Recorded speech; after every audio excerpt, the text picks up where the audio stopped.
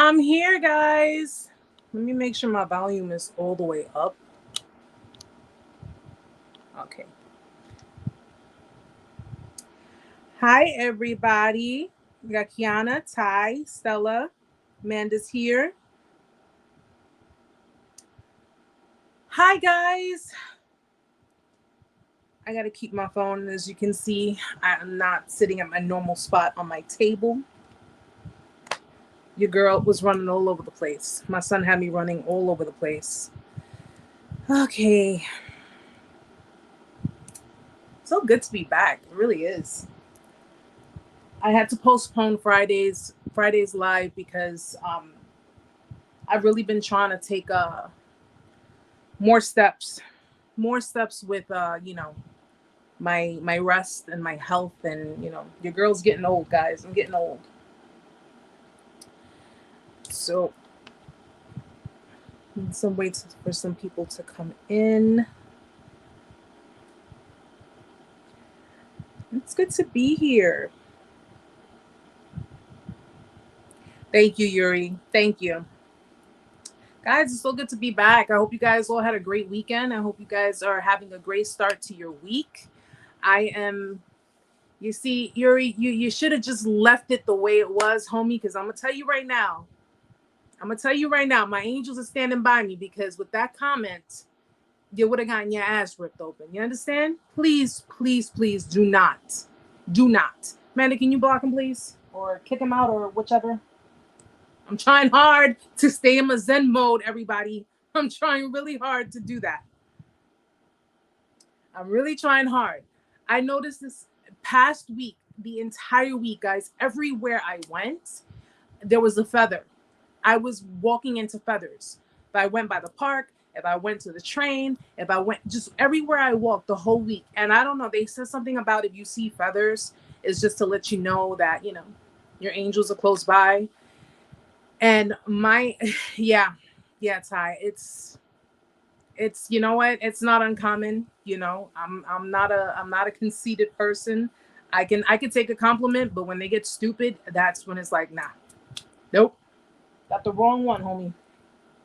But yeah, I've been walking my feathers all week, and I was reading on it, and they were saying that it's a sign that your angels are close by, and they're protecting you. And I guess my angels really must be fighting on behalf of me, because I've been seeing them all week, and I've been trying so hard to just stay cool, calm, and collected, because I mean, come on, I'm not a very confrontational person.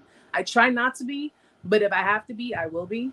And for me, it's like, I try to lead by example, but you guys already know my mouth. You guys already know how I can be, especially Amanda. She knows how I can get. So I am definitely trying to, especially on TikTok, guys. I thought YouTube had like very opinionated people. And I mean, I guess any social media platform has extremely opinionated people. But, you get, when you get good support too, it's like you have people who kind of come in and defend you. So, oh wow, Stella, that's you know what? Sometimes you have to. I mean, you have to put yourself in a position where, remember what I said, peace is priority, right? Peace is priority. If it means having to distance yourself from family, then do it. Because at the end of the day, here's what I've learned. It doesn't just have to deal with romance. It could be family, it could be friends, it could be anyone. Hey, Queen. Well, tonight's topic is pretty much, we're just gonna kind of delve into a little bit of everything. I didn't have time to make any notes or anything like that, so we'll kind of touch base with everything. But Stella, what I learned is it doesn't matter who the people are in your life. You only get this life. Enjoy it, live it. If it means distancing yourself, then do so, because at the end of the day, when your time comes, you want to be able to leave this world knowing that you lived the best life you possibly could have. Because all too often, people, after death, we're forgotten. Okay, we're forgotten. We're remembered by, of course, important people, but the same toxic people that were in your life when you were alive are still going to be toxic when you die. You know what I'm saying? So if you got to distance yourself, then just do that, because it just doesn't make any sense to keep people like that. Toxic people are just going to bring you to your grave much more sooner. You know, it's not worth the stress, the aggravation. Oh, thank you. Thank you. I want to get more. Kiana, I want to get more.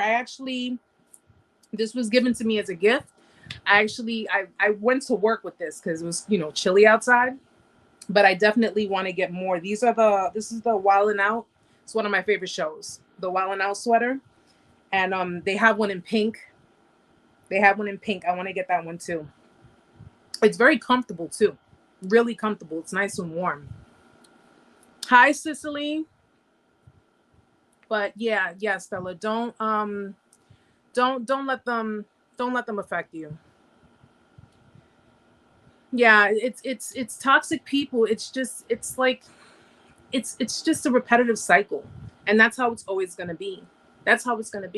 I learned, for me, I'm like, why deal with toxicity when I can just be at ease with my son and my home, with my close friends, the family that doesn't give me headaches, and don't give me problems. It's just, these are burdens.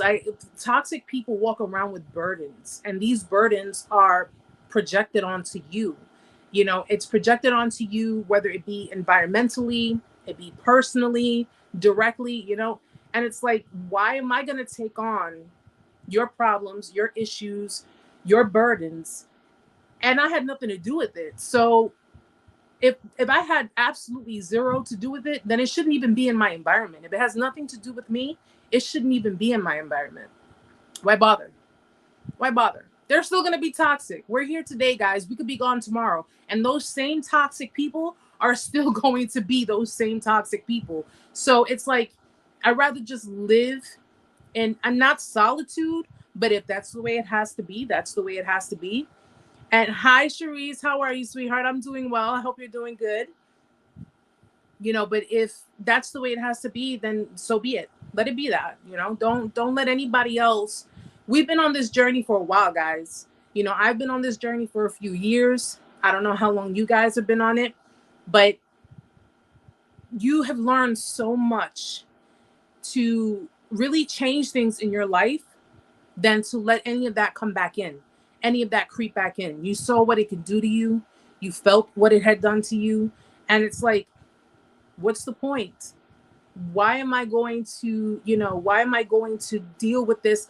In one of my videos, I put it up on TikTok. And I don't think I put it on YouTube though. But I was giving pointers to, to the statistics of people who are dealing with narcissists, for example. Okay. And it went along the lines of, there are approximately 7 billion people on the planet. 5% of those people are diagnosed with NPD. Okay. So that's 350 million people.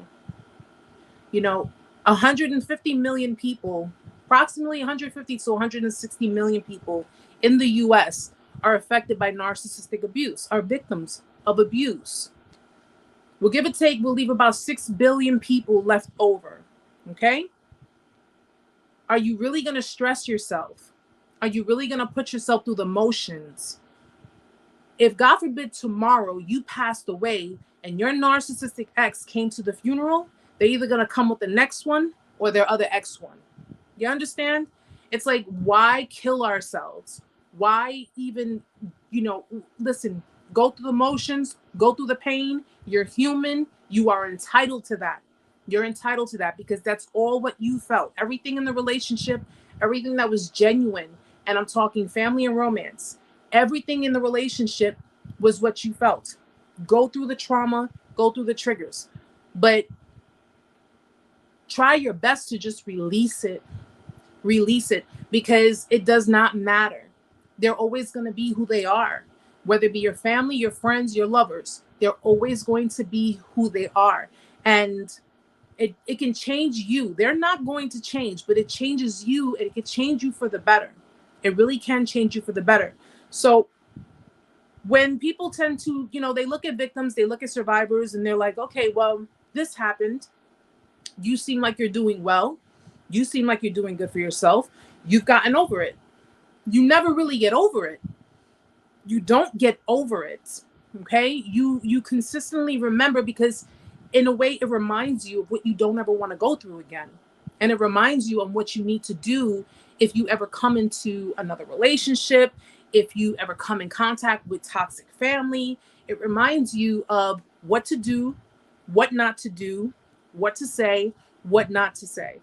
Okay. And it really, really, I don't know if you noticed it, guys, but haven't you noticed that after dealing with everything you went through, your boundaries have become so much more concrete? Like, there are things that maybe before you would put up with, you're not putting up with it now. Like, you're no longer that pushover. You actually exude the kind of energy like, don't fuck with me. Because if you really want to try me, you will feel my wrath, And it's sad that you had to go through what you went through to be able to get to this point.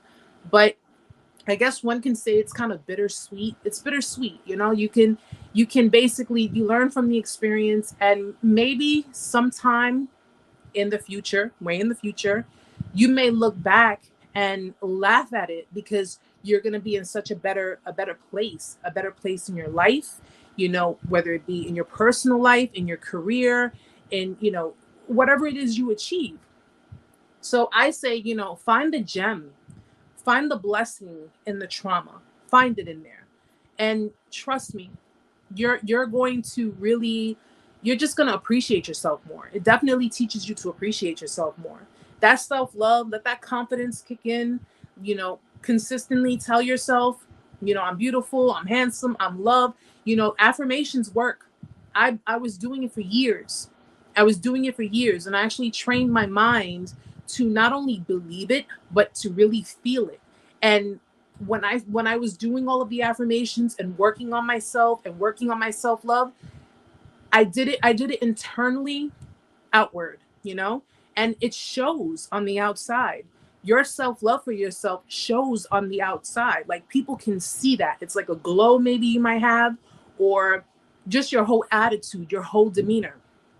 It definitely, it exudes, it comes right through you, and you really begin to start to see the difference about yourself and how you handle situations. Yes, Dale. Yes, absolutely. Positive affirmations. They work. They work, guys. Continue to tell yourself these things, okay? Because listen, everybody was on a different scale, right? We were all on a different scale of the spectrum. Some of us got it worse than others. But at the end of the day, abuse is abuse. And if you had someone in your life constantly telling you, oh, who would want you, who would want to be with you, who would want to, who would want to be with someone who doesn't have their shit together, or, because, listen, maybe you didn't have your shit together. Maybe your emotions, you weren't emotionally stable at the time. Maybe you couldn't, sustain emotional well-being, or, if you were codependent, you couldn't have autonomy because you weren't taught any of these things, but everything that they have told you, the reason they told you these things was because they knew that you had no self-love. They knew you weren't secure. They knew that you were just, you were insecure. And I'm going to say just as insecure because they contributed to that. This is why a victim is a victim. Okay? A victim is a victim because they tried to give all the positives in the relationship, in the dynamic. They tried to give the unconditional love, the selflessness. They tried to do all of that. And the abuser pretty much just either just took it or tried to use the victim's vulnerability, loyalty, love, compassion, empathy. They used it as a weapon. They pretty much used it as a weapon, and they used it against you. All the while you were trying to just love these people. You were just trying to be cooperative. You were trying to be understanding, compromising. You were trying to show them, everything that, well, technically should have been shown to them when they were kids. So unfortunately, due to their dysfunctional upbringing, which we've all had dysfunctional upbringing. But at the end of the day, a broken person, we were all broken at one point. What separates us, there are two types of broken people. There are bad broken people and there are good broken people. Okay. And what separates the two are choices. Choices are what separates them.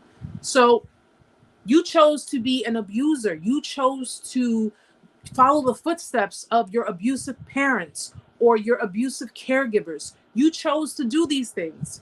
Victims, on the other hand, they didn't choose that route. They actually set a goal for themselves. They said, no, I couldn't see myself doing to other people what you're doing to me. This is just so horrible. It's so wrong. Choices. There is a difference between circumstance and consequence, okay? A huge, huge difference.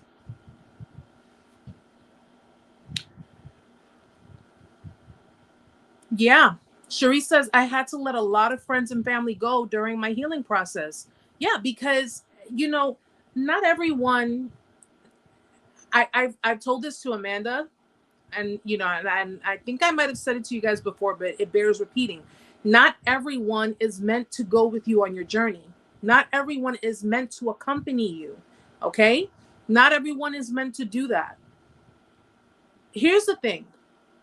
One of the things I notice, and I'm not knocking the soulmate card.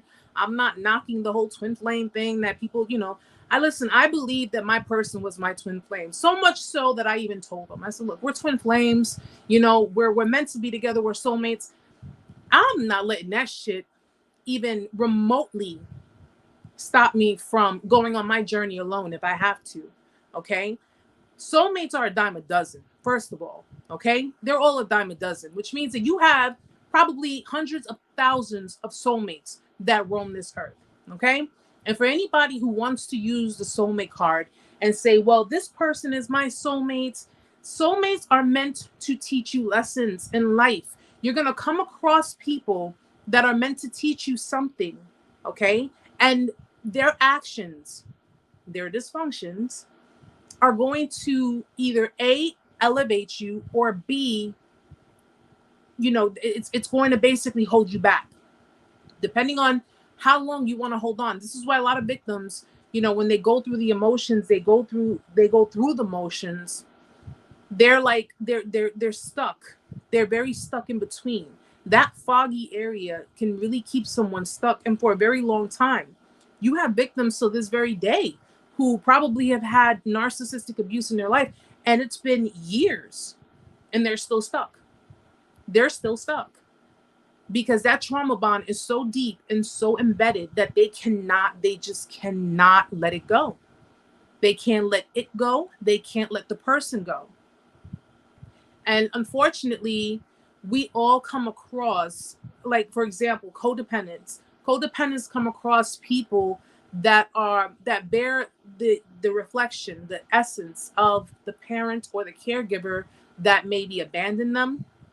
That was very avoidant, very dismissive. If you've ever noticed that you dealt with people who were emotionally unavailable, and you couldn't understand why. Why am I constantly dating guys or girls who are emotionally unavailable? Right? I don't know. Maybe one of your parents was emotionally unavailable and they really didn't give you those emotions. They didn't attach with you the way they were supposed to attach as a parent should with a child. And you find yourself attracting people who are emotionally unavailable, because it's kind of like a double-edged sword. You are chasing, not literally, but you're chasing someone who is in essence a representation of the parent who was emotionally detached from you. Okay, so for example, your dad was emotionally detached, didn't really show you emotions, or maybe he, if he left and he was in and out of your life, you're going to end up dealing with the kind of people who are in essence a reflection of your father. emotionally unavailable, in and out, inconsistent, because that's the kind of dynamic that you were brought up with, you were raised with. And it's the same thing with toxic, extremely toxic parents. If you have parents who are extremely toxic, you grew up in a very toxic environment, even though you are not a toxic person, you'll end up being in a dynamic or being in several dynamics with people who are toxic, because everything is familiar. Everything is, from the time of childhood up into your adolescence. It's all familiar. And that's how your trauma bond forms. Your trauma bond forms based on your trauma, their trauma, and it's pretty much holding on to one another.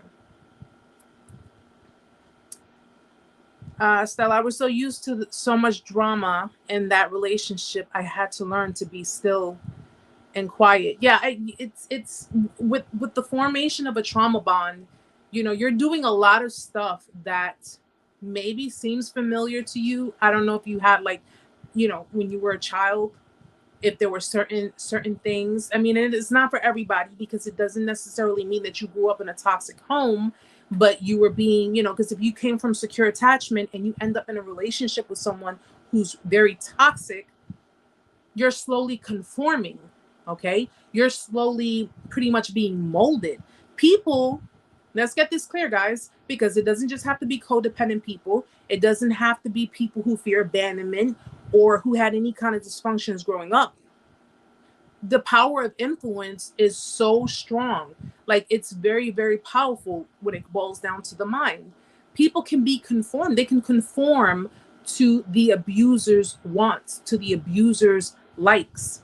Okay, because they feel some kind of connection. They feel some kind of, some kind of hold on them. So they can literally change their ways. They can literally go against every rule that they've ever had, or I've never done this before, and I notice that I'm changing, or I notice I'm slowly changing into someone that I don't recognize, but I love this person. Because toxic people, let's keep it 100, guys, even though they're toxic, they're intoxicating, they're exhilarating.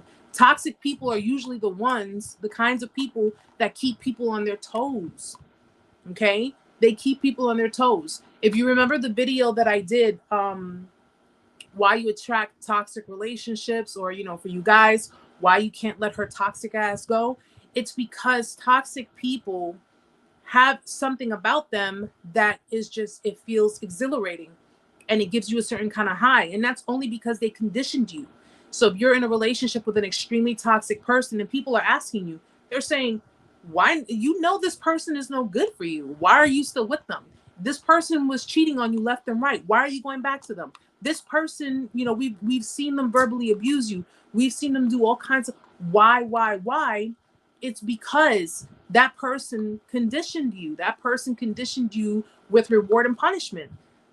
When they were feeling good, you were making them feel good. You were doing things that satisfied them. You were doing things that pleased them. What were they doing with you? They were giving you good treatment, right? They were being kind to you. They were being nice to you. Because that was all transactional. But the minute you did something or said something that they didn't agree with, or the minute you did or said something that, I don't know, maybe triggered them, or whatever the case may be, what were they doing? They were treating you like crap. They were talking down to you. They were making you feel inadequate. They were making you feel like you were nothing. Or they would triangulate you. Okay. They would basically, do things that would gain the attention of other people, and, innocently or coyly, like, oh, it's not that serious. What are you getting mad about? Knowing that it was instilling some form of jealousy, or just making you feel some kind of way. They do that. They like to play games. They're very petty and childish, guys. Extremely petty and childish. Hi, Hawea. How are you, sweetheart? Oh, I touched. Hold on one second, guys.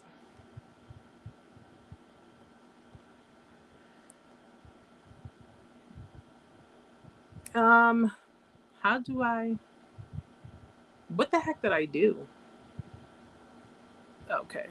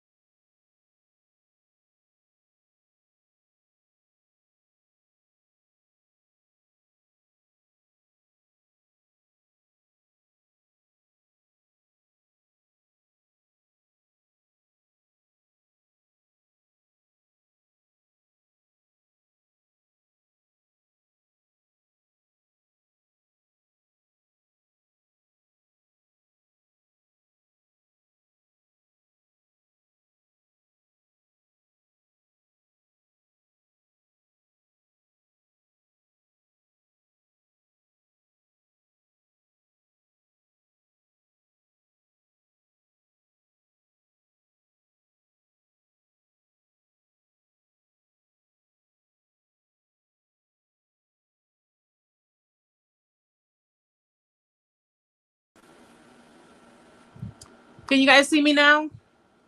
Can you hear me? Let me know, please.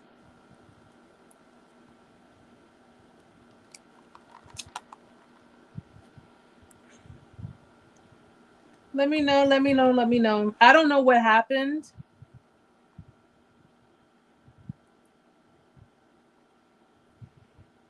Yeah, I think I don't know. I hit something, but you guys can hear me good? Awesome. Awesome.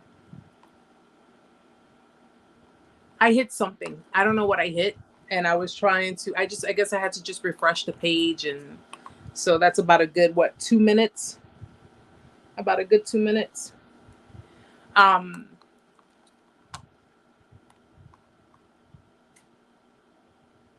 No, thank God, right? I have it on my stick with the light. Don't know what to call it right now. Fine, my hands will stay away from the screen.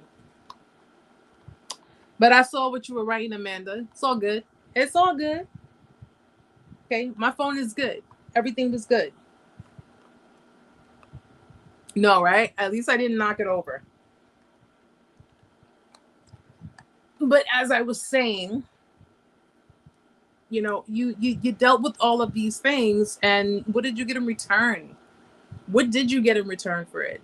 And you know, I know it's a lot easier said than done, especially for victims who are just now going through the motions. You know, victims, a lot of them don't know what to do. A lot of them don't know what they're experiencing. And you know, I guess, you know, one of the interesting factors, like for example, you guys know that I also, besides posting on here, I post on TikTok. And amazingly enough, you have a lot of people on there with, you know, with watching my videos and commenting. They didn't even realize a lot of the stuff that I was posting. You know, you do have some naysayers, and you have people who are going to always have their opinions, but a lot of them, you know, they were like, I did not even realize this was what this meant. That was what they were doing. This was how it was going to go. You know, I didn't realize. There you go, ring light. Yeah, I'm but a lot of people don't realize what they're experiencing. So I was the same way. I didn't know what I was experiencing. I didn't know the feelings I was feeling. I didn't know what I was going through. I didn't know I was having panic attacks and, you know, anxiety attacks. I didn't know I was going through withdrawals. I didn't know why I couldn't stop ruminating. I didn't know why I was so, you know, so like I literally felt addicted. I felt obsessed in a way. You know, I felt obsessed because I didn't get clarity. I didn't get anything. Okay. It's not working out. It is what it, and I tried to figure things out. I tried to talk to the person. I tried to understand the person. And what did I get? I got gaslit. I got narcissistic rage. I got pretty much, you know, just the stonewalling. I had gotten silent treatment. You know, I got pretty much what I got. And for someone who, you know, had dedicated herself to her relationship, I thought I deserved a little more than that. I thought I had deserved a little more respect and a little more decency. And I didn't get those things. I didn't get any of those things. And then to top it all off, you know, when victims go through it, you guys know the feeling. When you've gone through it, it's like you question yourself. Did I mean anything to this person? Did I mean anything to these people? Was my friendship not, you know, was my friendship not valuable to this person? Does this person not realize that they're my family and they're hurting me? You know, it was a lot of different questions, so much confusion. But when I learned and I understood better and I understood more clearly what was going on, I was infuriated. I went from being hurt, feeling depressed, feeling just, you know, downright like degraded and just really hurt beneath, like beyond my core. I went from that to being extremely infuriated because not only was this person trying to appease me in the process, not only was this person trying to make it seem like they were doing me a favor by, you know, talking down to me or degrading me or disrespecting me. But that was actually to keep me away from whatever it was that was going on the other end. And this person knew that I can see what was going on. This person knew that I was able to see the different things that they were doing. They knew that I was able to see, you know, I mean, come on, let's call a spade a spade. I'm a woman, that person was a man. Clearly other women were, you know, when you're in a relationship with someone, the common factor when it boils down to females, especially females who are just like downright shady and grimy, they're waiting for your relationship to screw up, or they're waiting in line for things to happen so that they can go ahead. And fellas, you guys know how it is with the men. That's the common thing. This person knew I could see all these things, and when I confronted them on these things, I got yelled at. I got cursed out. I got pretty much like I was garbage. Like I did not exist, and I was never even I was never even a meaningful person in this person's life. Like if I was just, I'm gonna be honest, I felt like I was just like I was like a side chick just being thrown to the side, being kicked to the side. That's what I felt like. And I was going through all of these motions, didn't know what I was feeling, didn't know what I was experiencing. But when I learned about it and I understood better, I quickly jumped out of that fog. Some people can be made aware of their situation and they're still stuck in it because they don't want to believe it. They don't want to believe it. They don't want to think it's possible. They don't want to believe that, hi, Butch, hi, sweetheart. They don't want to believe that that person, whether it be your lover, your friends, or your family, guys, just, you know, take it as it resonates for your situation. That person was capable of doing those things because everything seems so real in your dynamic. Everything seems so real in your relationship. This is why they try to keep you in the fog. This is why they try to keep you away. You know, why a lot of narcissists, first of all, try to isolate. They'll try to isolate, but you have them that they try to keep you away because whatever it is that they're attempting to do, or whatever it is that they're trying to, you know, to accomplish or achieve, that, you know, they do sneakily behind your back. They don't want you to catch whim of it. But yet it's like, okay, if you don't want me to know what is really going on, yet you're doing all of this and I can clearly see it, that's where the whole gaslighting comes in. So if you confronted them for the behaviors, they'll throw it in your face. This is why it didn't work out. This is why, because you're constantly accusing me. You're doing this, you're doing that. You don't know what you're talking about. What the hell are you seeing? You don't know what you're seeing. Trust and believe that gaslighting, man, bro, that gaslighting, it pissed me off. Like when I learned that I was being gaslit by someone who claimed to have loved me, when I was being like completely disrespected and disregarded for people, or, you know, I'm gonna yet again call a spade, for the likes of a person that this person clearly told me all kinds of shit about. Like it didn't make sense. When I went through the motions and I learned what I was experiencing, I learned what was going on. I went from 0 to 500 because I was so infuriated. I was so beyond pissed off that I was being taken for granted. He was taking advantage of the fact that I was very insecure, especially when things went down the way they did. He basically took my love for him, my loyalty that I had towards him. He took that as, you're not going anywhere. I can say, I can do what I want, and you're not going to go anywhere because you love me too much. You care too much. You're going to stay stuck too much. Little did homeboy know, Erica could read. Erica ain't stupid. Erica went to God. And that's how I was able to really move forward. I was able to really get up and beat the devil at his own game. Okay? And with going through all of this, then I see people commenting on my content saying, wow, I can't believe this is what I'm actually experiencing. Wow, I can't believe this is what happened. So in actuality, it's not like this, it's like that. And I was the same way. I was the same way because I mean, come on, and we can't help who we fall in love with. We can't help who we are attracted to. We can't help who, hi EJ, hi sweetheart, hi G. We can't help these things. But at the end of the day, with learning what we learn, what we can do is set up boundaries. And people, when someone argues with you about your boundaries, that's a red flag. You set up your boundaries and somebody's arguing with you, or they're giving you a hard time, or they're making it they're making it appear to be like, is it really necessary or whatever, that's a red flag. Serious red flag.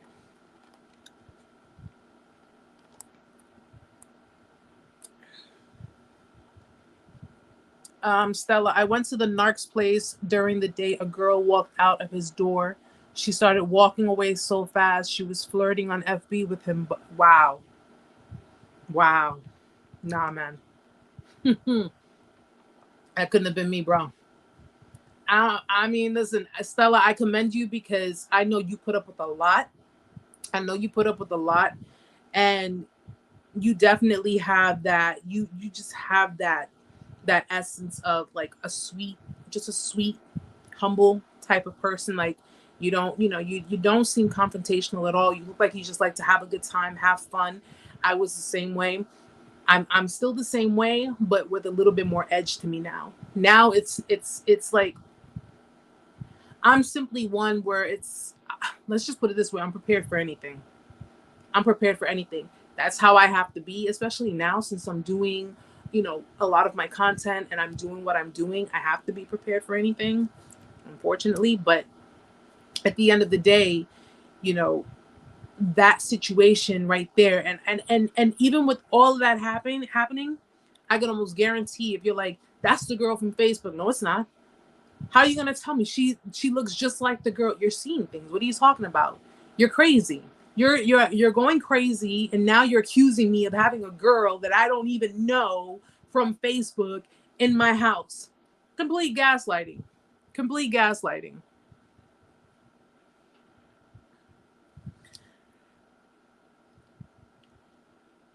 Yeah, it man. Eric, I remember the ex-covert narcissist crossed my boundaries and picked my daughter up and put her on his lap. And no, that right there, no. That you gotta definitely, with children, listen, having children is when you're dating, period. And I'm not just talking about narcissists, okay? When you're dating, period, and you have a child or you have children, okay, take your time.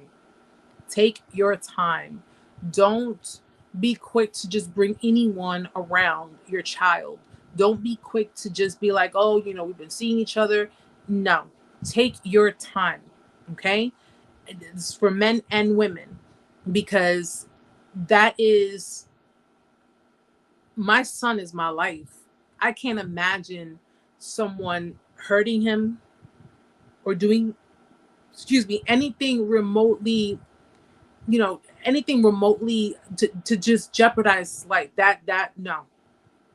I'm very protective with my child. I'm very protective with, who he's around, and my son doesn't go anywhere without me or without his father. He doesn't go anywhere, especially since my son is autistic. My son is, you guys know that my son has cognitive issues and he's not completely verbal. So someone in my position would clearly do any and everything necessary to make sure my son is protected. But the stuff like that, you got to be extremely, extremely careful. Don't, I don't care if it takes 6 months. I don't care if it takes a year. Okay. Keep your children away from people, especially if you're not sure if that relationship is going to last, if you're not sure how that person is around children, and that whole thing about the child sitting on, I don't feel like, me personally, I can't speak for everybody else, I don't feel comfortable with a child sitting on an adult's lap. Okay. and not no adult that is your, you know, your boyfriend or your girlfriend. I do not feel comfortable with that. That to me is like, no, no. Okay. If it's my immediate family, and even with that, I just don't see, I don't feel comfortable with that. I don't. Okay. And maybe that's because of, you know, like, it just, you know what, let me go to another subject, because I'm like, oh, Sharice, yours is too. God bless. Yeah, and it was a challenge. It's a challenge being a parent to a child with autism, because, you know, it goes to show that I'm a strong believer that God gives, you know, autistic children to parents who, you know, he feels that he knows is going to, you know, the parents are going to do their due diligence. They're going to do everything they need to do. And you know, what people need to understand is that us parents to autistic children, because these kids have, you know, their cognitive and their motor functions are kind of scrambled.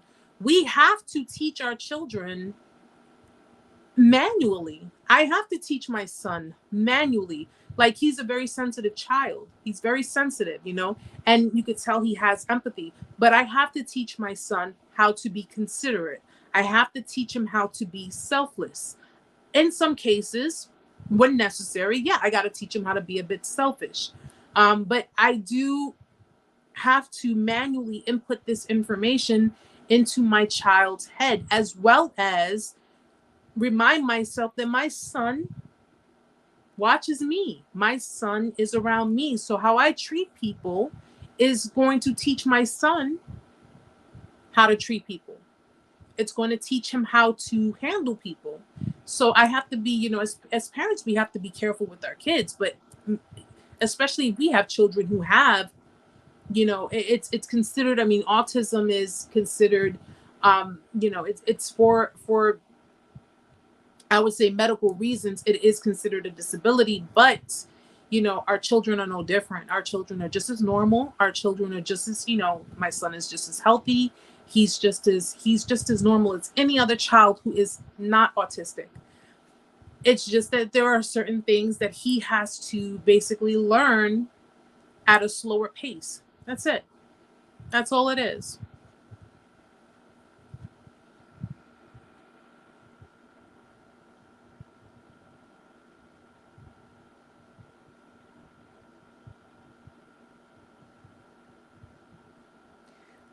Yeah, I can't, you know, as long as he's no longer in your life, queen, and he's no longer in your child's life, that's the main concern.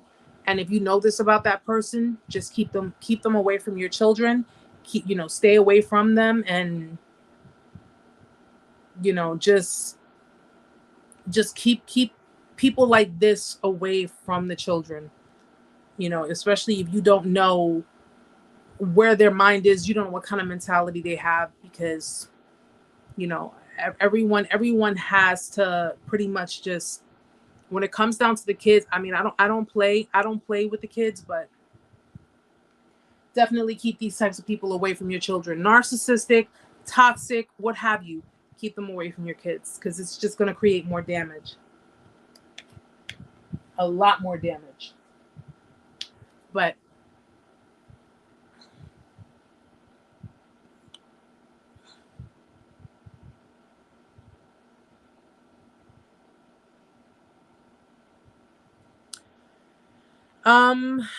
Chicano, this channel is about abuse, narcissistic abuse, domestic abuse, people who have been victims of abuse.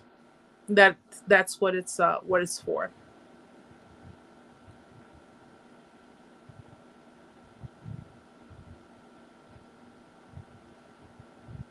I'm just looking through, guys. Give me 1 second.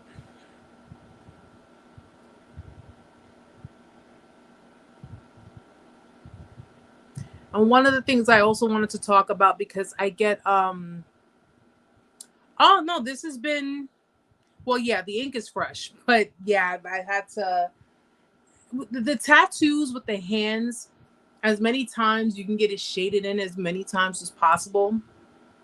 But because you constantly wash your hands, which the tattoo artist told me, it's gonna fade. So what I decided to do was, it's a real tattoo, but what I just decided to do was just darken it, with it's like temporary ink. I decided to darken along the sides, and I actually did it on the inside too, making it darker. Not bad. I'm a right-handed person, and I use my left hand to do it. But it's actually, yeah, I just darkened it a little bit. That was pretty much it. Nothing crazy.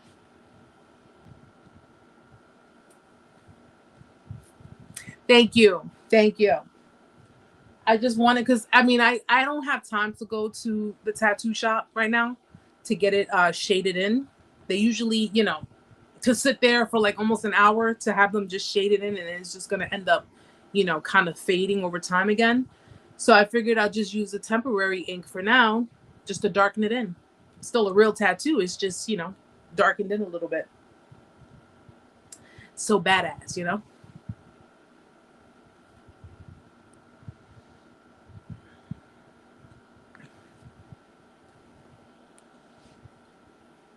Chicano, you might wanna sign out and then sign back in. But what was I gonna say? I was gonna say something, and I completely went off track. But you put me off track. I was gonna say something. Um, what the heck was I gonna say? I guess when it comes back to mind. Okay.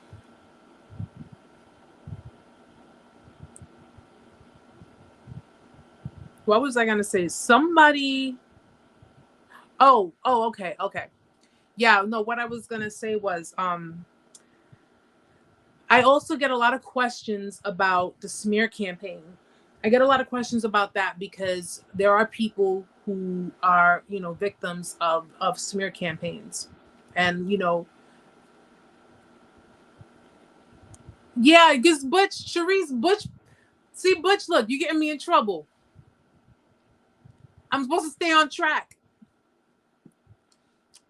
Um, Stella, Eric, I got PTSD from 9 years of abuse. I still get panic attacks a year later after no contact. I'm not gonna lie to you. Sometimes I don't get panic attacks. I don't really like. It's not as severe, but if I go to certain areas, like I spend a lot of my time trying to avoid going to certain areas, trying to because it's just like, you want to avoid people, places, things as much as possible. You just want to kind of avoid being around those areas. You don't want to be reminded of what you've endured, and you definitely don't want to be reminded of, you know, just the whole ordeal. But every so often, and it's not all the time. Sometimes I get little triggers, but like in my sleep. I get triggers in my sleep because when you know, I would go to bed, I would go to sleep, and for some reason, the dream, you don't really know what's gonna happen. The forecast radio, Erica, do you still ruminate at all? Not really, but subconsciously, like when I'm sleeping. When I'm sleeping, I'm like, it's certain things are coming in my dream state, and I actually have trained myself to kind of snap out of it, if that makes sense. Like I'll go to bed, I'll go to sleep, no problems. I get through my day fine. I'm chilled. But when I go to sleep, the dream, if it involves, it's like there's like an eerie kind of feeling in the dream, or a certain sense of familiarity, or even if the person shows up in my dream, I'm completely avoidant. Completely avoidant. Like I will literally wake myself up. I'll snap myself up out of my sleep to wake up so I can completely, just snap out of it. One time I almost fell off the bed. I almost fell off the bed because of it. But I try to just honestly, I just try to stay away from it. Like I don't, you know, it's like, what's the point? You know, it's what's the point? I just pretty much look at it as it is what it is. You know, you can't change what has happened. You can't change you can't unhear what you heard. You can't unfeel what you felt. You can't undo the damage. The damage is done. So I just pretty much accept it. Like, I'm at that level of acceptance. I have accepted everything that has transpired.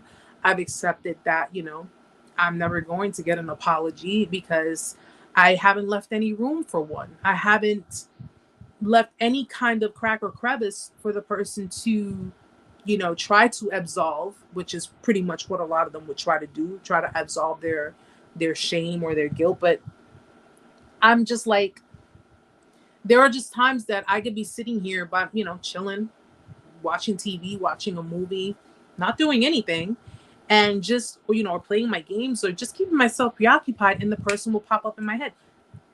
Why would the person pop up? If you can answer that, let me know, because it's just like, it's nowhere near where I'm at now. The state I'm in now is nowhere near where I was before. Really isn't. It's just like, I can't really, you can't do anything to change it. It happened. It is what it is. It's just a matter of getting on with your life. I don't forget. I'll never forget. That's one thing I'll tell you guys. You don't forget. There's a difference between ruminating and, just remembering. There's a big difference. Ruminating is where you're just stuck and it's just like constantly oscillating and, in your mind. But you never forget. You never forget what happened. You never forget what was said or what was done. And which is normal. It's not a big, it's not like, oh, it's not normal. Of course it's normal. And if you come across the person, or if you come across anything that reminds you of the person, clearly it's going to remind you. It's going to remind you. But there's a difference between having a trigger and being reminded about something. A trigger is your state, your emotional state, your mental state, how it's affected. It's extremely affected. Remembering something is just pretty much, yeah, I remember that day. Okay, it is what it is, and you go about your day. You move on and just do what you got to do throughout your day. But it is what it is. I mean, I can't really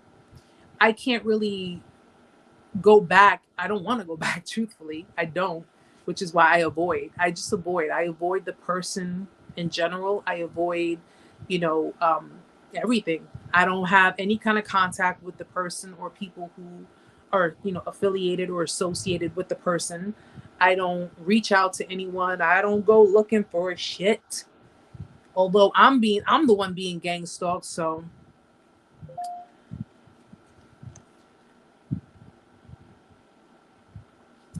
it is, Stella. It's pretty much your brain is trying to, like, ruminating for me is like your brain trying to reach the level of acceptance, but it's taking its time, which it takes a while. It takes a while for people to accept.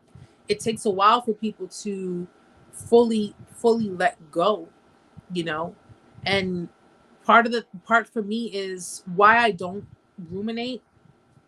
Although I can utilize my experiences, I can, express what happened and given, in certain detail what transpired, because it basically relates. Like, people can relate to my experience. People can relate to my life in general, whether it be codependency or abuse. They can relate to it, and they can take that with them to go whatever steps, whatever ways they need to go towards their healing, towards understanding, or what have you. So oftentimes, yes, you will catch me, or I will mention certain things because, well, one, you know, we get different people, we get new people who come in, but two, you know, it's important that people understand not only did she go through it, but these were the steps that she took to move on from it, to get to where she is now. Give me one second.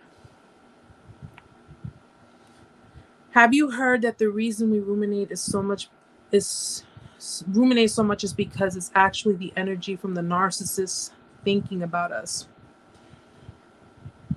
That's more like, for me,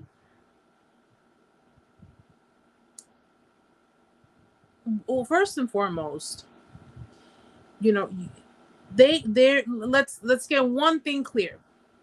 They're not thinking about us per se. They're thinking about the things that we did for them. Okay? They're thinking about the things that you have supplied to them. They're thinking about your attention. They're thinking about you being their number one fan. They're thinking about the loyalty that you had for them. They're thinking about simply that supply. And it just so happened to have come from you. Okay?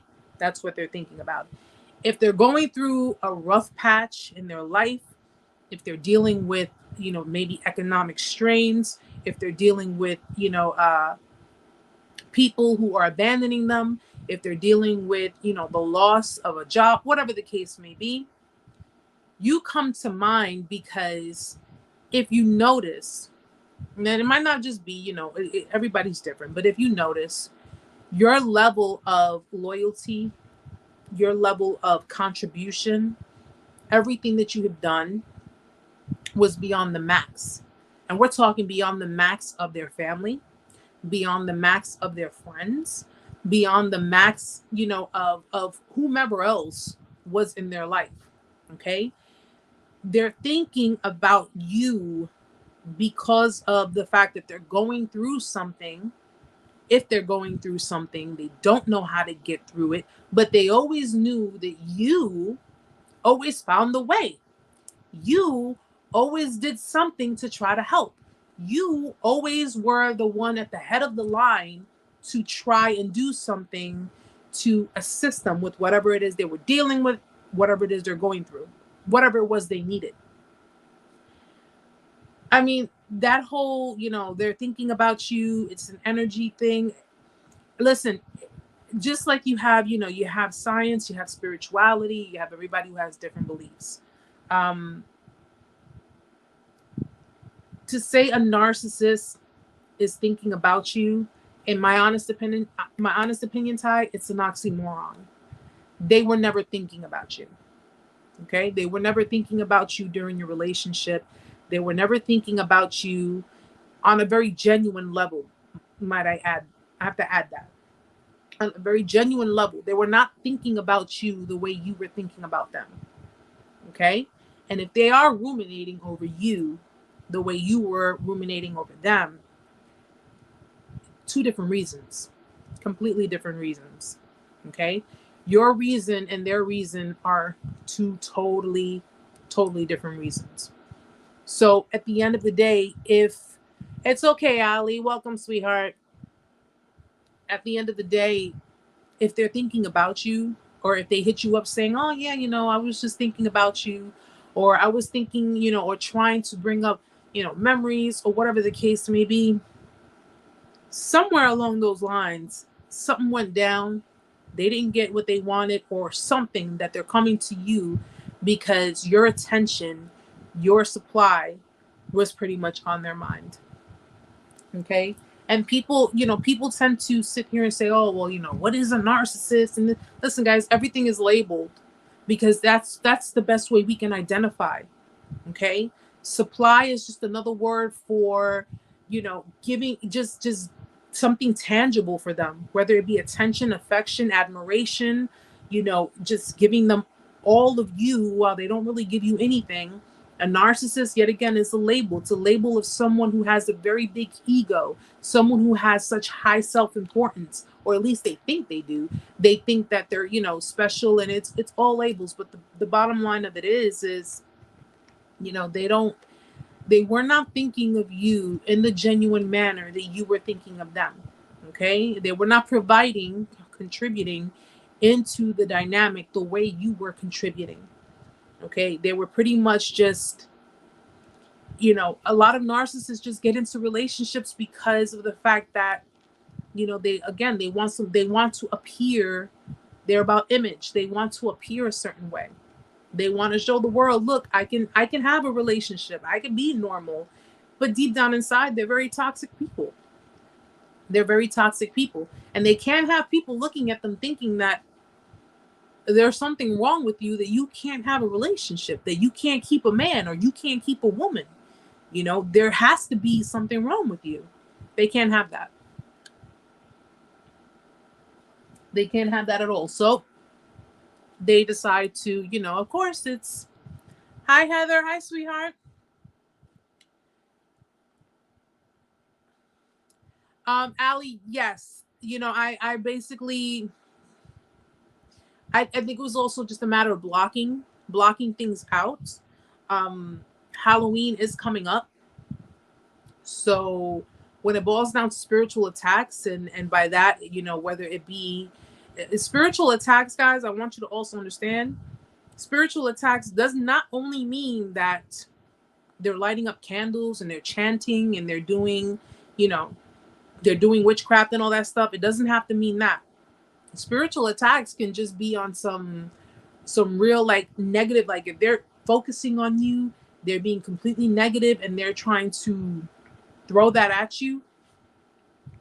But Halloween in particular, for some reason, I have to mention it. I would just say, you know, double up on your energetic and your spiritual protection. Double up on that, because it's just, you know, it's around that time of year and you have a lot of crazy people who do a lot of crazy stuff.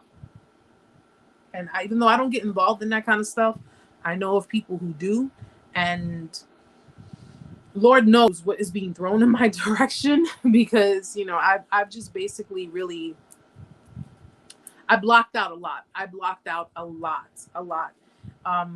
And given the fact that, you know, I post content, I do videos, I really strongly feel someone, when I changed my Instagram, my personal Instagram name. I changed it, and I don't know if maybe because I can't be located, I'm not sure. But before, someone or people, I don't know who, because I couldn't see who did it, but they were saving my photos. And at that time, my Instagram was, you know, my Instagram's public because it was you know, it was a page for my content. And I have the analytics. When you have a business page, you can see the analytics. And I noticed that all my pictures on Instagram were being saved. Like someone was literally saving my pictures. God knows how many people were screenshotting them, let alone saving my pictures. So what I noticed was when I changed my Instagram name, I guess it makes me a little harder to locate, because clearly if the name, you know, if someone logs on and they put my old Instagram name, they're not going to be able to find me. My pictures haven't been saved. None of my pictures have been saved. And I haven't been posting like that on IG either. But yeah, it definitely is. Like I hadn't been posting on, you know, but I wouldn't be surprised, guys. I would not be surprised if people were screenshotting my pictures and, you know, trying to do stuff. I would not be surprised. I really wouldn't. But there's, you know, I've been getting like some kind of, first of all, I know people give me the evil eye. It's mal de ojo, as they call it. And it's simply because, you know, when you are trying to do something positive and you're trying to do something that, yeah, you know, it gets you a little recognition, but at the end of the day, it's getting a word across. When people don't like that, when people don't like what you're putting out there, or they don't like what you're doing, they're going to try everything in their power to stop you, you know, and which was why my energy, I felt kind of weighed down, but I kept going. I'm like, I'm not going to stop. Y'all are not going to stop me. Like, it's not going to happen, you know, but there were people saving my photos, and God knows what they were doing. I don't even want to know what they were doing with it. But, you know, unfortunately, Can I, Ty? Do me a favor. Can you email me and let me know what I can do? Because I really don't need people saving my photos. Like, I haven't really been posting as of lately. I haven't been posting on my personal IG, but every so often when I have a chance, I'll put up maybe a picture just to let people know I'm still alive. But yeah, and that's just it, guys. Also be very careful with that, because people of this nature, they can become, if they fail, with you, or not everybody, but if they failed with you, if they failed at a Hoover or whatever the case may be, they can become obsessed. They can become very obsessed with you, and we're talking like, especially if they don't really have that much supply. Be very careful of that. So like if their supply is running low, or if they don't really have much people to fuel them, they will attempt to try to come back. Thank you, Ty. Absolutely, Queen. I mean, I'm not gonna stop doing what I do. I'm not gonna stop helping and warning people, And I think one of the reasons, it's because of the fact that I'm doing what I'm doing, what I need to do. God, I'm a firm believer that God has just been protecting me. He's been protecting me. So no matter what, maybe those little darts get in there. One or two may get in there, but it's not. It's not. And amazingly enough, it has to be people who hide behind fake accounts too. Because I've had plenty of fake accounts. Plenty of fake accounts. And even on my TikTok. It's like, I'm like, what? What? Like, just stop making the fake accounts. Come at me like a man or a woman, whichever you are, and just say what you gotta say. But apparently, they're not supposed to be watching me. They're not supposed to be following me. They're not supposed to be doing these things. So they have to make these fake accounts. Then again, it could be someone I have blocked. And I have a whole list of people that I have blocked. So I don't know. Yes, they will.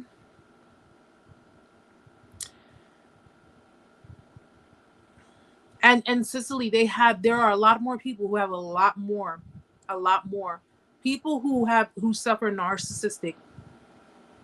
People who suffer NPD are more than likely suffering from other types of mental illness, other personality disorders, probably.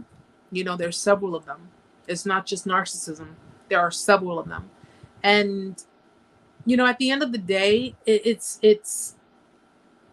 just a way to classify them. It's all about their choices. You can be diagnosed as NPD.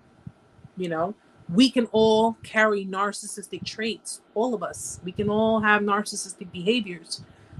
But people who suffer NPD, they're going for help. They're doing what they have to do. They're getting therapy. Clearly, we're not going to hold them with the same regard of other people on the spectrum who are not doing what they should be doing, who are not getting the help that they need. People, and when people acknowledge that they suffer a personality disorder, they suffer a mental illness, believe it or not, a lot of the time they'll use that as an excuse. They'll use it as an excuse. Well, I suffer NPD. So if you suffer NPD, you know what lies behind it. Why aren't you getting help for it? Oh, well, I suffer borderline personality. If you know this, why aren't you getting help for it? I'm a sociopath. If you know that, why aren't you getting help for it? You understand? It's like, it's all about choices. It's all about choices. They have to it's either A or B, guys. Simply that. It's either A or B. And if they're not going to get help for it, and if they're not going to do what they should be doing for it, then they go along with everybody else on the spectrum.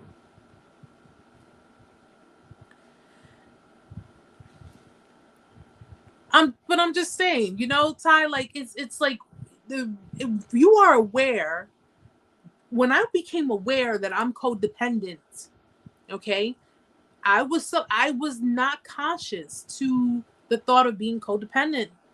I did not see myself as being codependent. I just saw myself as being very emotional. When I was with someone, for a long period of time.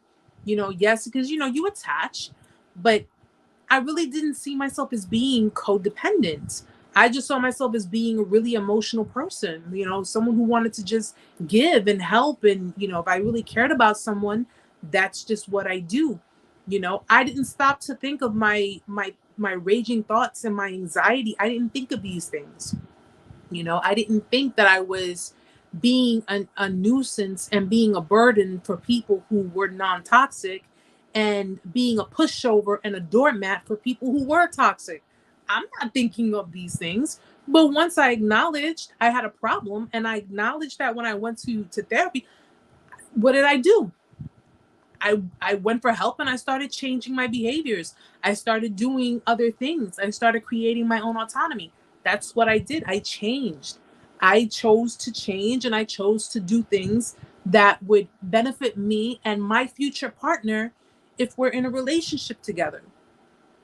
So these people, they don't see themselves as having a problem. They don't. They don't see the toxic behaviors. And if they do, they don't care.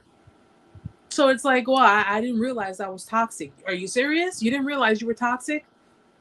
So you come home and start fights with me for no reason, and you don't realize that that's toxic. You talk down to me, you don't realize that's toxic. You are calling me fat, or you're calling me names, or you're making me feel inadequate. You don't realize that is toxic. It's just crazy. It just doesn't make sense to me. But listen, they want to run with that, let them run with it. If they want to run with, the idea, the thought of, I'm just going to make up excuses for my behaviors, let them run with it, but just let them run alone. Okay? Call them Forrest Gump. Go for the long haul. Keep running. Because it just makes absolutely no sense. Erica, what's the number one sign you're dealing with a narcissist? There's so many of them. I would probably, one of the biggest red flags, I would probably say, narcissists are notoriously known for being very, it's just so many. I guess you would say that, some would classify the love bombing. The only problem I have with that is that not every narcissist is going to love bomb you. But a lot of the time, that's like a clear red flag that you're dealing with someone who may be narcissistic or is trying to like groom you. It's usually most would probably say the love bombing stage. And that's where they're like, they're very on top of you. They're very wanting to use like the L word right away. They're very like, we're soulmates. We belong together. I love you. It's like, it's just all of it's too overwhelming at one time. And normally they say the love bombing stage will probably be one of the biggest red flags, because if you notice that means that they're trying to lock you in. And whether you're dealing with a narcissist or someone who already has someone in their life and they're pretty much bouncing from that person to you, it's usually a clear-cut sign that right there is like, is for someone to just, pretty much like bombard you with all that soulmate stuff and all that love stuff and all that, let's make it official, let's label it, let's do this, let's do that. Listen, everybody knows that, when you get in a relationship with someone, it takes time. Okay? It takes time. And over time, you get to know one another. You don't have to label it. You're just getting to know each other, and you gradually fall into that. You gradually go into it. The most I ever did, it was like maybe 3 or 4 months in. The most I did was, which I think, tell me if I'm wrong, but I think we have a right to know. It's just kind of like where you want to know more or less where you are with one another. So it's not like, oh, can I be your boyfriend? Can I be your girlfriend? It's like, listen, we've been seeing each other for 3 or 4 months. I just kind of wanted to know more or less where we are with one another, how we stand with one another, or even if you want to ask them, are you seeing people? Are you dating? Like, are you First of all, let me say this, okay? Because I don't want nobody dealing with somebody and they get people that are becoming aggressive for no reason. First of all, if you ask someone, are you dating casually? Are you seeing other people? Or am I the only person you're seeing? I personally don't see anything wrong with asking that question, okay? And here's why. I don't find anything wrong with asking as far as, are you dealing with other people? Are you talking? Because it lets me know where you and I are with one another.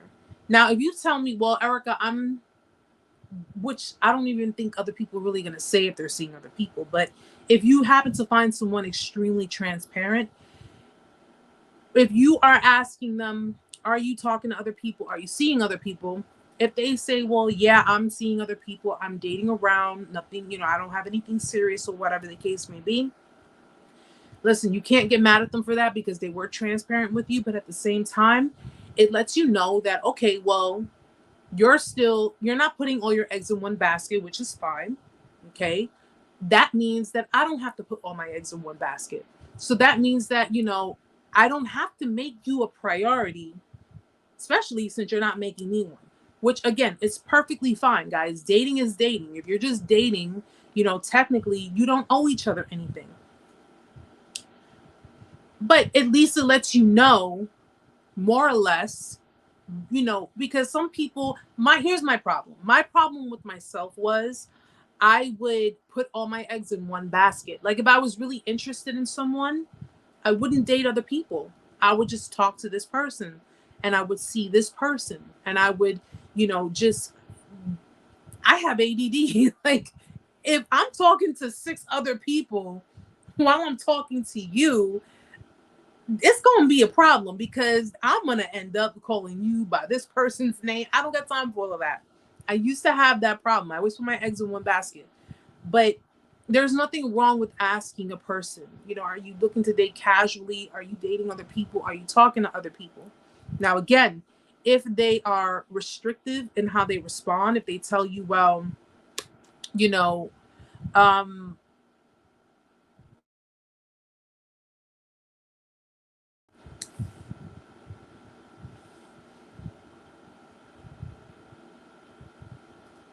sorry about that, guys. My phone rang. But if you are, if they're restrictive with their response and they're kind of like, they're trying not to, be forthcoming.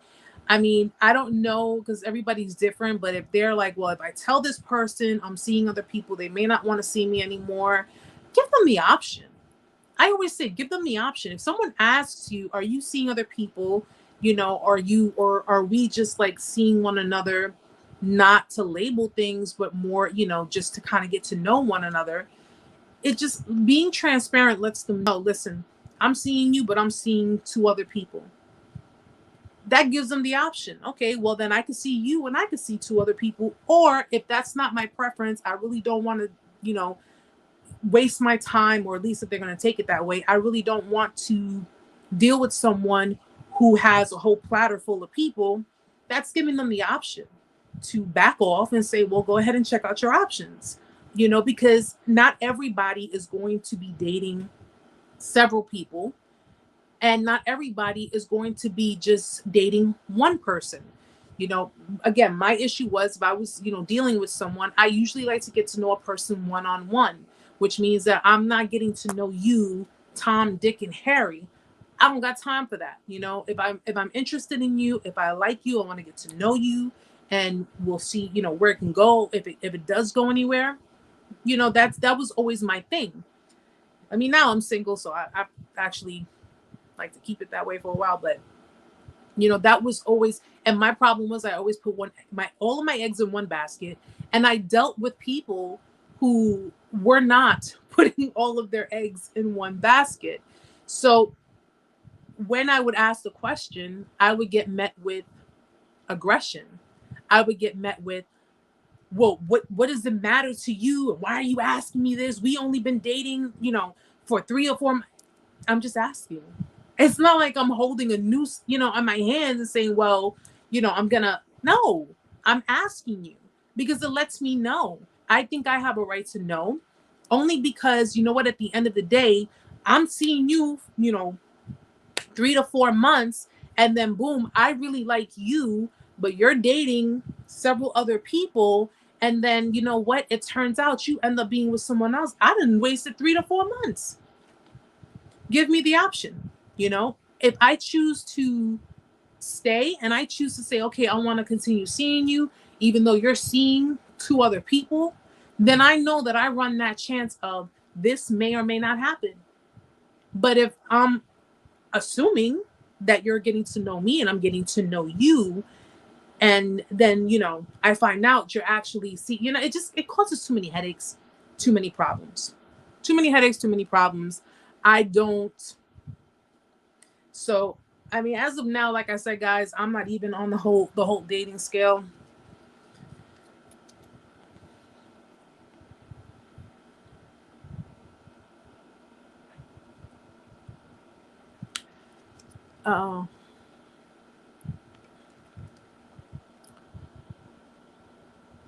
Bro, hold on a second. Ooh, the people are looking to piss me off.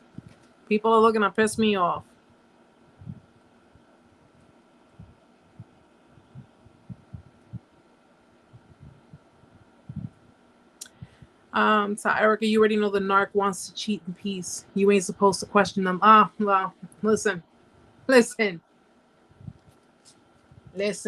Now, going through everything I've gone through, understanding and learning the entire experience, I'm going to be asking questions.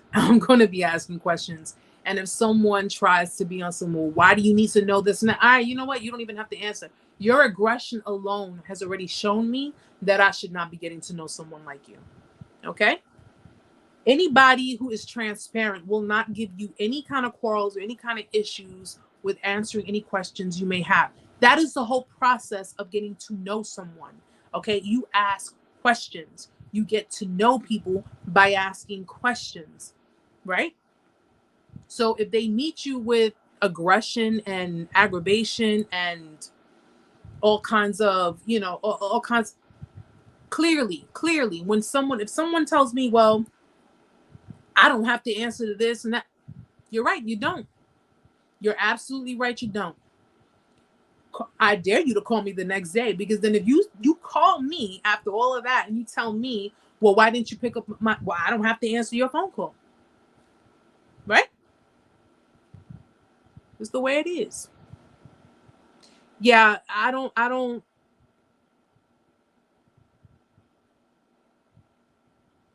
There we go. He's blocked.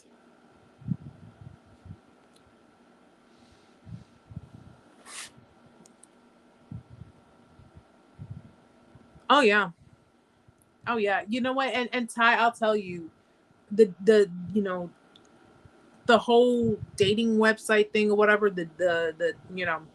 listen, a lot of us have met people on dating sites. A lot of us find it to be more comfortable, a lot easier to get to know people, talk to people, and just kind of, get the vibe of the person. There's nothing wrong with dating sites. There really isn't. It's the people. It's not the site itself. It's the people. Okay. And if you decide to utilize a dating website, just be very careful, because that is a perpetrator, that's a predator's, that is a manipulator's playground. Okay. It's you just have to be extremely careful with whom you talk to, who you meet, what information you share. You have to be careful. And I mean, that's all I can say on that part. But, at the end of the day, people tend to kind of downplay dating sites, websites. I personally don't see anything wrong with them. I don't. So if people, people asked about how I met I told them straight up, we met online. Like, we got to know each other. We were talking for a bit, then we exchanged numbers, and we were talking, we met, and ever since, and it was nothing crazy, it wasn't anything crazy, which made it even worse for me, because after everything, even though over time it went from being like the honeymoon stage, pure bliss, peace and happiness, to complete like utter chaos, don't even know how or why, it made the recovery harder for me, because there were certain things in this relationship that seemed really extremely genuine. Like, I'm not even gonna front.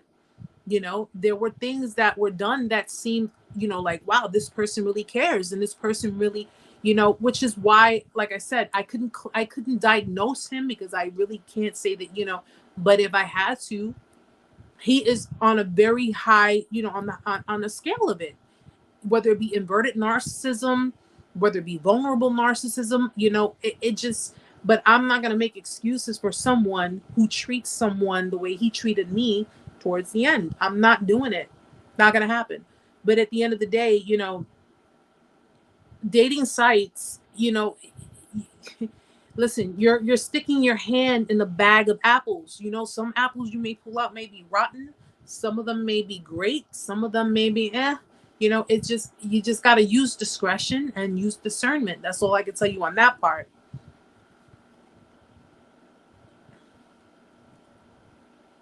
Give me 1 second.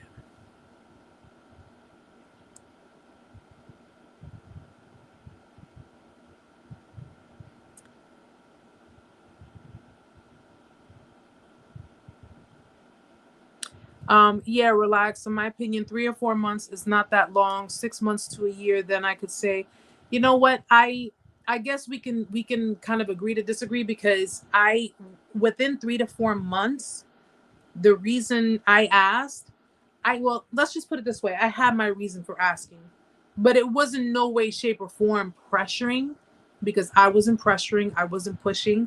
I was actually extremely patient, and I have the patience of the saint.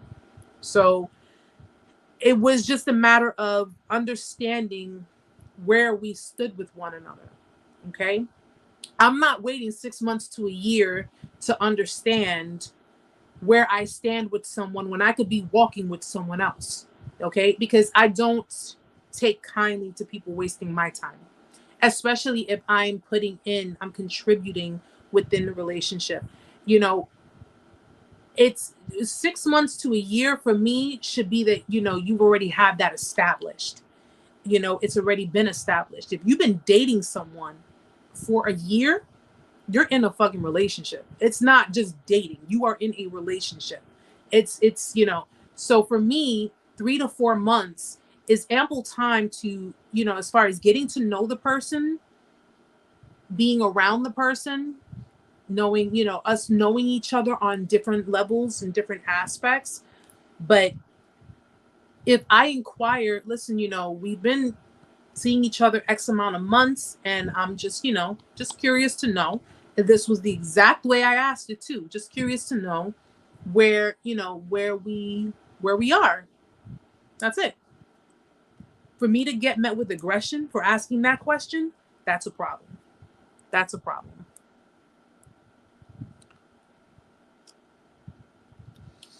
Yeah, I mean, 6 to 12 months is pretty much, you guys are in a relationship. There is no, we're just dating. You've been dating for how long? Oh, 265 days or 324 days. Okay, you're in a relationship.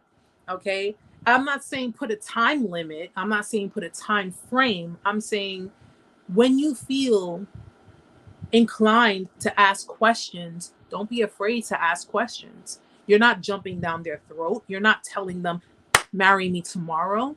You're not telling them any of those things. You're saying, listen, my time is valuable. My time is valuable.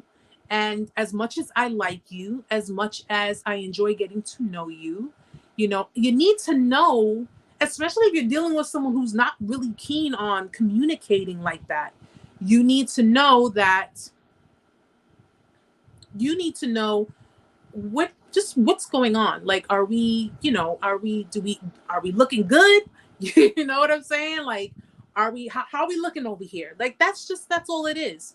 But if someone, for you inquiring, asking questions, when you value your time and you value, how you contribute to a dynamic, it shouldn't be met with, damn, like, you pushing all up on me. No, nobody pushing all up on you, because I'll tell you right now, how I met you, there were about 500 other people who wanted to get with me. Not to sound conceited, but let's be realistic about things. So you do want to you want to have people acknowledge that your time is valuable and what you contribute is valuable. It's not just about, we're not teenagers, we're not in high school. And if you give me the impression that you are interested in me, you don't like the idea of me talking to other guys, or possibly not putting all my eggs in one basket, then you got to give me a little something to understand where we stand with one another. I think that's fair. I mean, me personally, I think that's fair.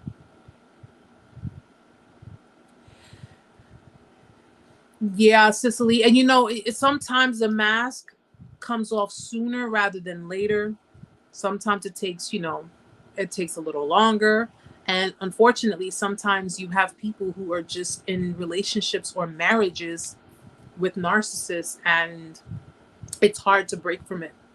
It's hard to get out from it, because there are so many different factors. It could be financial dependency, it could be children. You have people who stay with them, stay in dynamics because of kids, excuse me, because of the kids. I don't know, maybe the narcissist made the other person dependent on them, because you have narcissists who do that. They control finances. And when they control the finances, it's like, I have no choice but to stay, because the narcissist is the one who's in charge of all of the finances. They're the ones who are in charge of, what money gets spent. And, there are so many different factors. So in some cases, I would say for you, better now than later. Better now within 6 months to 8 months, than spending 5, 10, 15 years. Because that goes beyond PTSD. That would be CPTSD, like, because it would have been ongoing. It would have been ongoing, and it would have been back and forth, and it's not worth it. In the end, it's not worth it. Okay.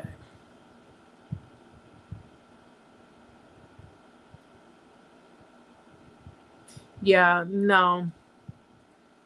No, you know what, Stella, you keep working on your healing. Keep working on your healing. Keep focusing on what you got to do. You've been doing great so far. I know I haven't been posting as much, but I do see you guys. I do see, like, especially you guys who follow me on Instagram. I just, sometimes when I have a minute, I'll go and I'll check online. But you definitely keep doing your thing. Keep doing what makes you happy. Keep doing the things that you love, that makes you smile, that in some cases makes you forget. Even if it's just for a split moment, it makes you forget. Continue doing it. And over time, it's going to take time, but over time, it won't, it won't phase you as much. It will not phase you as much. For me, it took me some time. I mean, my heart was really invested. My heart, my loyalty, my love, everything was really invested. Like, I was so invested in this relationship. I was so in love with this person that if it boiled down to, if I had to give him a transplant, or if I had to give him a kidney, if I could, or what have you, I would have done it. I would have done it, because that's how much I love this person.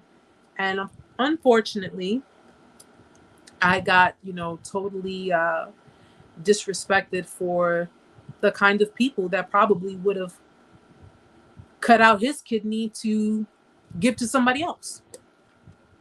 But it is what it is, right? That's what we do. I thank you, Stella. I thank you. And I see you doing your thing. sweetheart, I see you doing your thing. I see you doing and continue doing it. Continue going for it. Trust me, you'll just be over time. It's just before you know it, I'll be making my trip up to my mom lives close to Canada. She lives in Buffalo, so it's like literally right there. So who knows? Maybe one of these days I can get to cross the border and go visit you and say hi.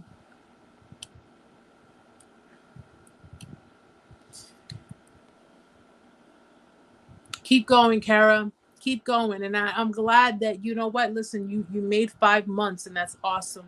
That's awesome. Some people, get to this point. Sometimes they crack, sometimes they break, sometimes they're unable, and sometimes some people don't get to this point. So you definitely should be proud of yourself for that. Continue doing it. Continue going for it. Continue blocking out anything that disturbs your peace. Anything that you think may be an attempt to disturb your peace, continue blocking it out. Continue just out of sight, out of mind. So just, keep blocking them.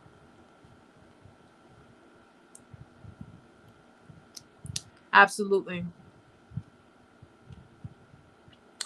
Rika, you ever experienced seeing a narc getting their karma? Any examples?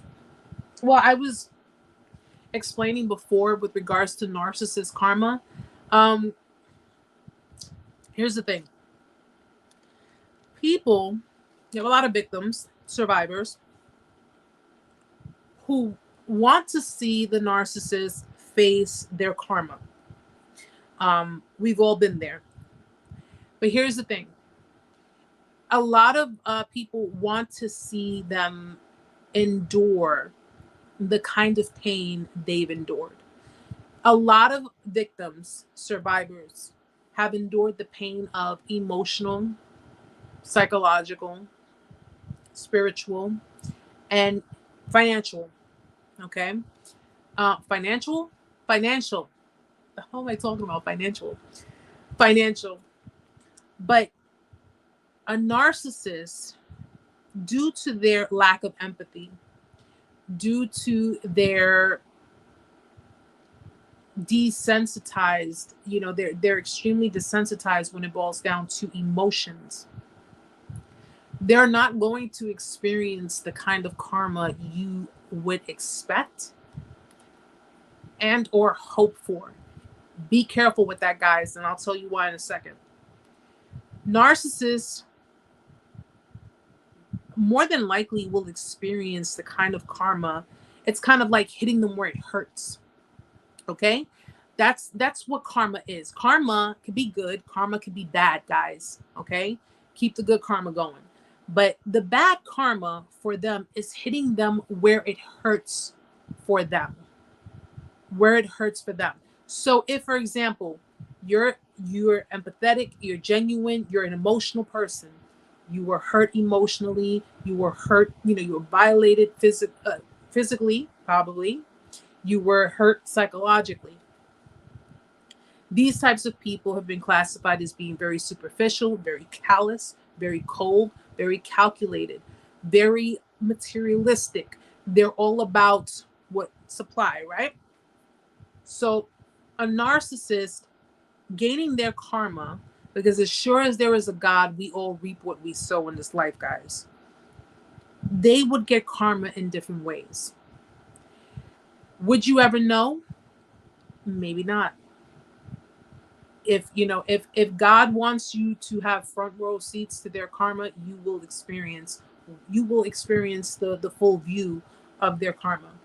But a lot of people, and actually people have come against me, negated, what I would say on it, and saying that, oh, they never receive their karma because they're always with the new supply, they're always with someone else. First and foremost, we know that narcissists, sociopaths, psychopaths, they're masters of illusions. Okay? They are about image. Image, which means you, just like no one knew what was going on behind closed doors with you and your narcissist. They didn't know about the abuse. They didn't know about anything that was going on with you. If they are facing their karma, You may not know about it. They're about maintaining their image. They're about keeping that, whatever, if they, if they lost financially, if they got hit really hard, on the supply, whatever the case may be. They will still walk with a poker face.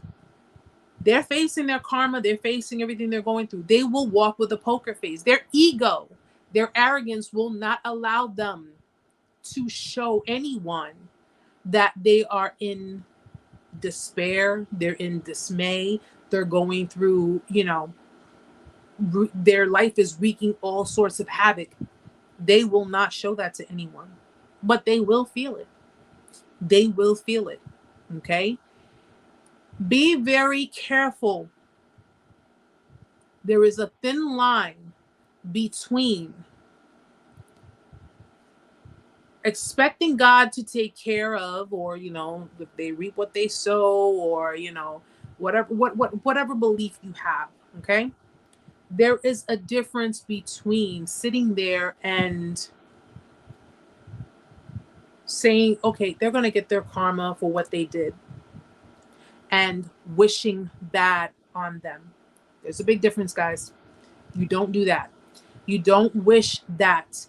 There's that very thin line. Make sure you stay before that thin line. Because if you sit there so utterly focused on them getting karma, on something happening to them, on something bad happening to them, you are inherently, you're attracting that back to you. You have to be careful. Be very careful with that. Okay? Which is what they say when they say don't wish death on anyone, right? Don't wish death on anyone. Don't wish ill will. Don't wish harm. Don't wish anything bad on anyone. Allow everything to happen on its own. The karma that they receive, what they will go through, may not happen in the time that you want it to, but rest assured it will happen. You just have to mainly focus on you. You have to focus on just moving on in your life, getting along in your life. Okay? And chances are, if they ever attempt to hoover, they ever attempt to re-enter your life, they ever attempt to do any of those things, chances are they're facing their karma. They are getting a dose of their karma. If you let them back in, I kid you not, guys, you will be interfering. And if you are interfering, you will be caught in the mix of that. Not only will you be abused again, not only will you be hurt and lied to again, but now you are intertwined with whatever it is they are supposed to be going through at that precise time.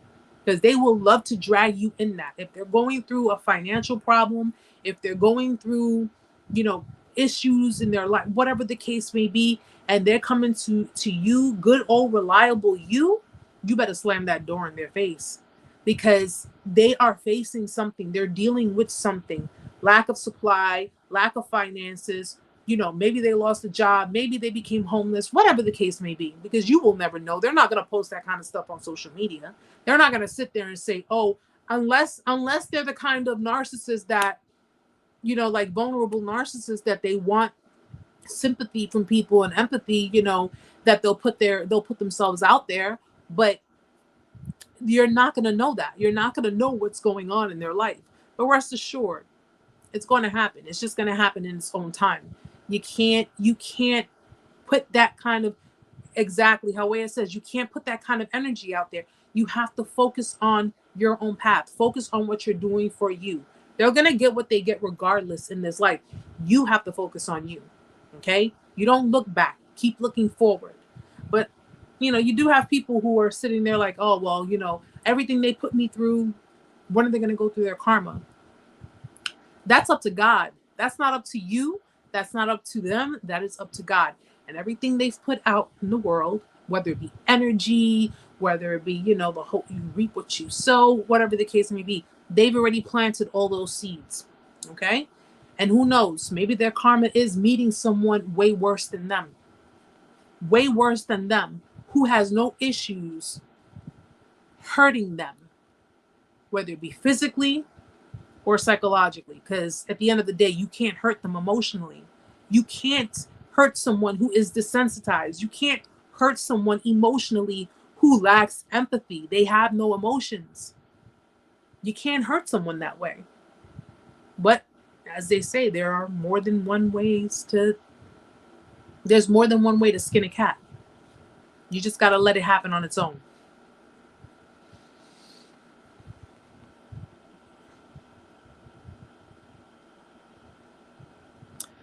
But guys,